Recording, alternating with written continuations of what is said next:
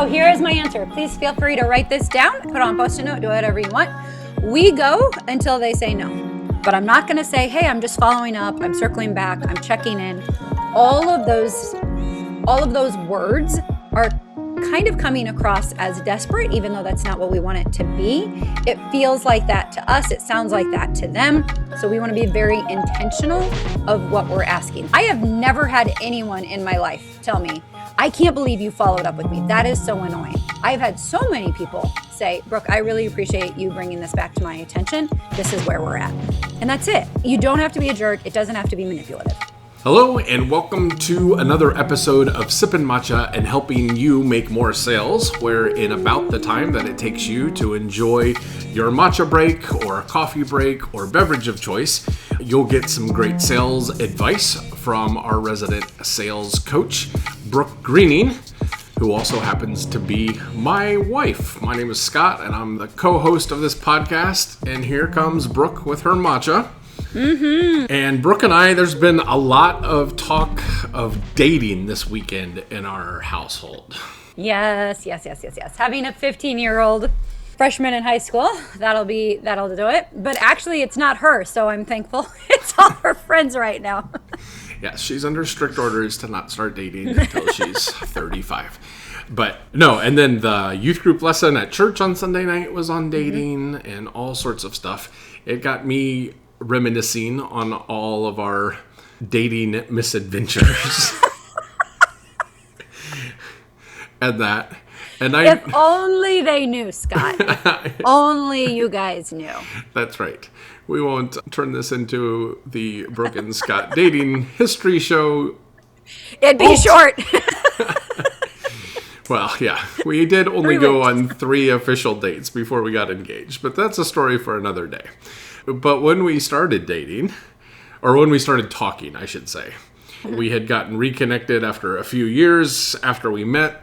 And this was back in the days where we started emailing because we weren't living in the same city. We're so old. That's right. I think somewhere in this, Facebook became a thing where you didn't have to have a college email address. And so we're dating ourselves. But we were talking, and then at one point, I kind of stopped talking to you. Yeah, no, you didn't just kind of stop talking to me. If we're going to do this, we're going to do this right. So he had asked me in an email what I thought God wanted me to do, like with my life, which is a very personal question if you don't know. And I was happy to. I was getting my master's in counseling at that point. I was at a Christian university, all of that. And so I was like, I'd love to be able to be in ministry someday. Not a bad answer to give somebody who is a pastor. And it was that answer that I got completely ghosted forever. Right. And I was like, I didn't give the wrong answer. I don't know what's going on. This is not good. Okay. I did not appreciate that. Again, misadventures. The reality is I was talking to someone else, and I didn't want to lead you on. Appreciate that. And so again, misadventures. You're being a good guy. That's right. You're being a good guy. That's right. Good job. But all that to say, it gets awkward when stuff is out there and you don't know exactly what's happening. So true. Yes, because you feel like things are going well, you're having a good conversation, and then it's just crickets. Which then brings us to our question for today, and that is, how much follow-up is too much follow-up for proposals? Mm-hmm. So, moving beyond my dating blunders with you, thankfully you're gracious, and we've been married for almost 19 years. Yeah, no, it's 20, isn't it? Yeah, it's, I think, only 19. Gonna be 19 next month. So we've been doing a series on proposals. We've talked about getting ghosted. We've talked about all sorts of things. The last one that we're going to, as we wrap this up, is, so people have sent it out. There's not an answer, and they start to feel a little awkward. Yes. And so then they're like, how much is too much? I don't want to seem needy, but my bank account and curiosity would like to know, is this moving forward or not? Correct. Yes. So we are talking specifically today, how much is too much follow-up for a proposal? And so I'm going to answer it in 2 ways. First, I'm going to talk about a little bit of what happened and why that might have taken place. And then I am going to give you do this on week 1, do this on week 2, do this on week 3, just so that you can have a good solid framework of what to be able to do, so you don't have to just feel like you're winging it. So the first one is, you always need to have a next step when a proposal goes out. I was just talking with another community just on Friday, and it came up all over again. Like, so many times people will send the proposal out and there's not a set date. There's nothing for them to actually review it with them about. And so then it just kind of goes off into la la land. Maybe they got it, maybe they didn't. We ask questions like, hey, wanted to check and see if you got it and see if you have any questions. They respond, got it, no questions. Now we're stuck. So that's the very first thing. Never send a proposal out unless you have an actual date to follow up. If you don't, we're going to get really stuck. So that's my advice to you, but that still doesn't answer the question yet. But then the second thing is, do you actually need to send a proposal? And we have like a whole series on this. So, Scott, would you like to interrupt on that one? Yeah, we've got an episode that's on this, and so we'll put the link in the chat. Yep. And then the second, because my argument is sometimes we don't, and actually proposals slow us down. There are definite times that you do need to send a proposal, but there are some times that you don't. But then the third one is, if you need to send a proposal, make sure that it's a quick turnaround, because this is the first thing that happens when we realize, okay, it's been too long, or why are they ghosting us, or why don't we have an answer?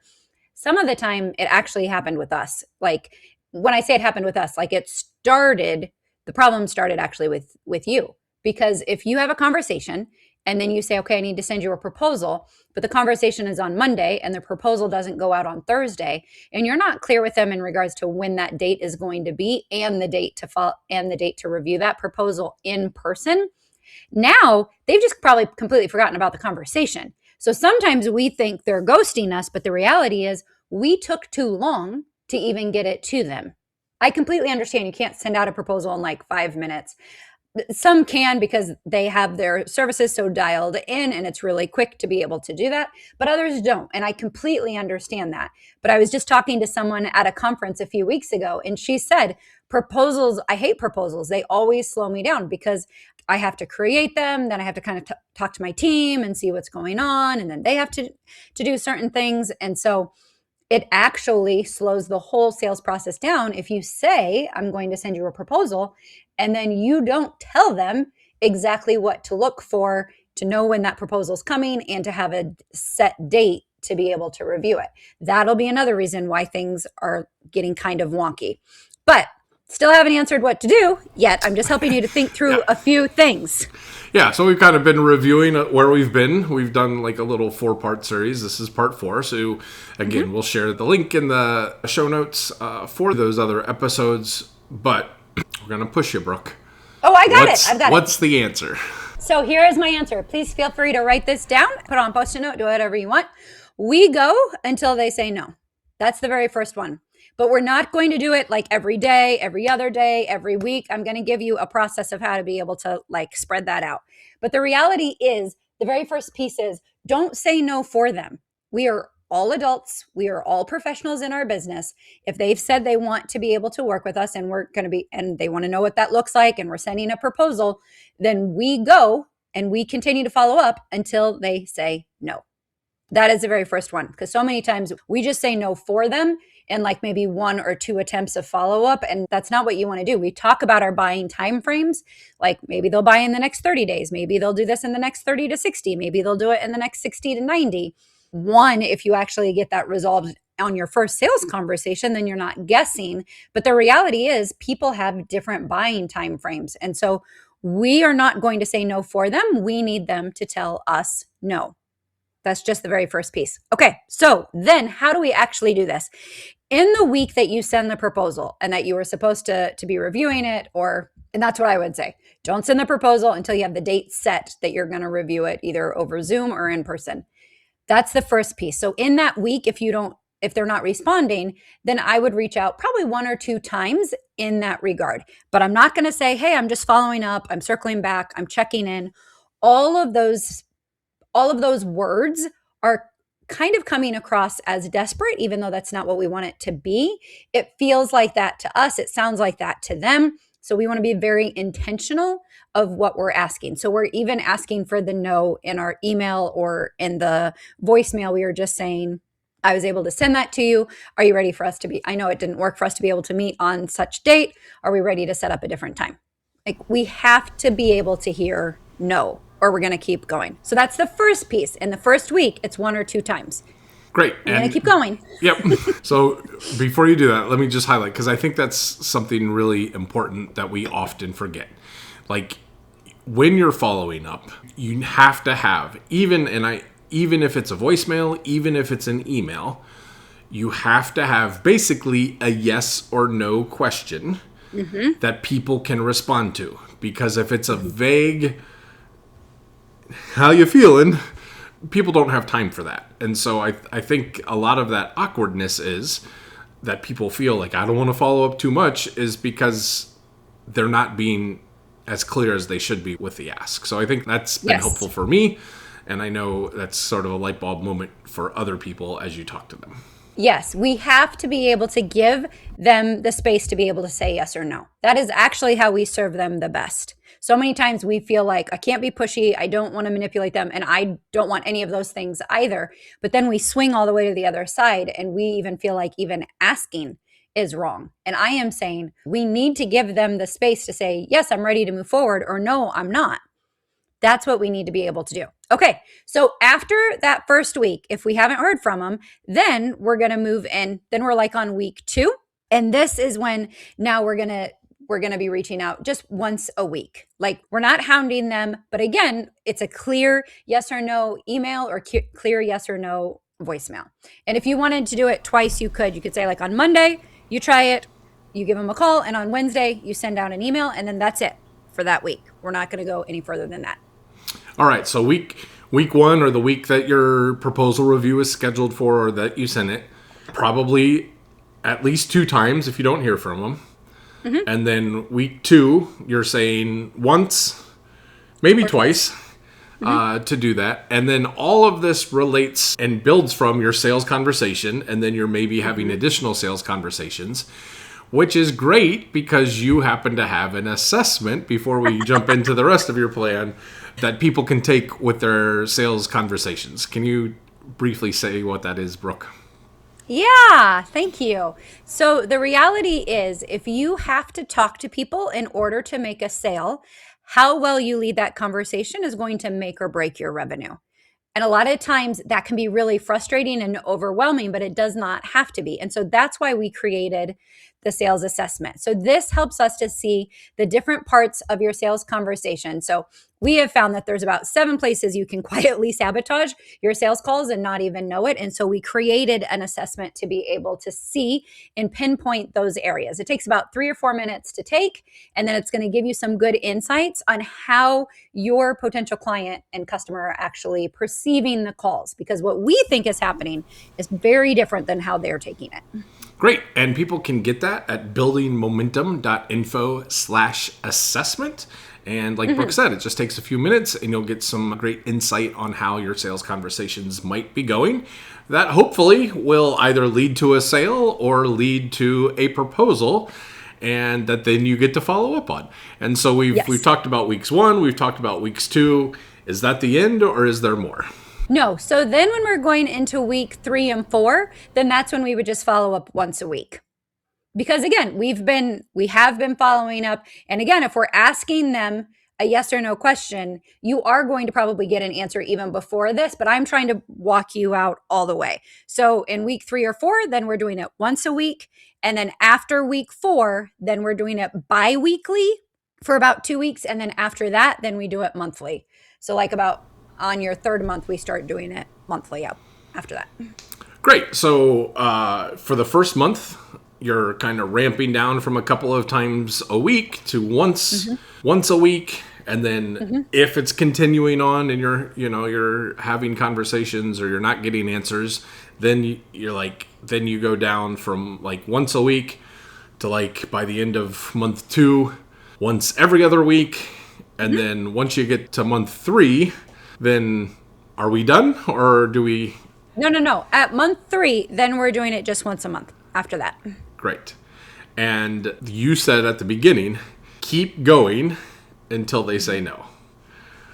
So is that then the pattern? Like keep checking in every month? Yeah, but we're not like if we say I'm just checking in, that's where it gets awkward. So that's where we're having the intentional questions, even when we're doing that month after month after month, because and if maybe there's something that you saw, or there's an article that you saw that could be helpful for them, or if you've worked with them, for my marketing friends, if you're working with them and you see that they have their products out and you're taking a picture of it and sending it to them, like different things like that are perfectly fine to continue to build that relationship. But we don't stop. And I guarantee you they will come back more, like 9 out of 10 times. They will absolutely come back and either say, hey, we need to change this. We need to change the time frame, or I'm really sorry, things got really crazy, but we're ready to go now. You need to just continue to show up. It's what I call getting in their line of vision. Like that is what we are doing when it comes to follow up. But when we are intentional about it, it is not annoying. The reason, what usually happens is someone may follow up once or twice and then they're like, oh, they never responded. Okay, nope, we're not going to do that. And then they're done. And now it's really awkward, like 2 or 3 months down the line, and they don't have any idea what to say. And that's why I'm saying follow this pattern, because it will help you, and it helps your potential client to be able to have the space to say, hey, yes or no. I have never had anyone in my life tell me, I can't believe you followed up with me. That is so annoying. I've had so many people say, Brooke, I really appreciate you bringing this back to my attention. This is where we're at. And that's it. You don't have to be a jerk. It doesn't have to be manipulative. Yeah, and I think as we wind things down, it's just a really good reminder that if you want a strong pipeline of sales, like you have to prioritize the immediate ones. That's common sense. Like if people are ready to say yes, let's do that. But then you've got to also work on those longer term leads. And sometimes those longer term leads are ones that maybe you thought originally were faster. And maybe they thought it was faster, but something changed, they got redirected, whatever the case. And so by continuing to engage and to talk with them, you're actually strengthening your pipeline for 3, 6 months, a year down the road, when your faithful contacts will result in new opportunities. Yeah, I've had so many sales, and I've helped my clients have so many sales.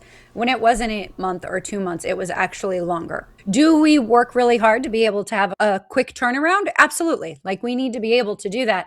But as much as intentional as we are about having a quick turnaround, we also want to be as intentional to be in regards to their buying time frame. And sometimes that is not in the next 30 or 60 days. But there is no way you are going to get them at 90 days if you did not have any type of communication with them before that.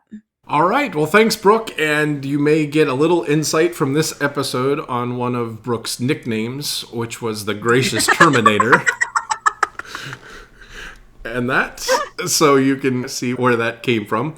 But we appreciate it. If you found value in this episode, we always appreciate it when you share it, when you like it, when you comment, when you give a review on your listening or watching platform of choice. Until next time, we hope you make some more sales and enjoy some great matcha. Have a great day. Yes. Bye-bye.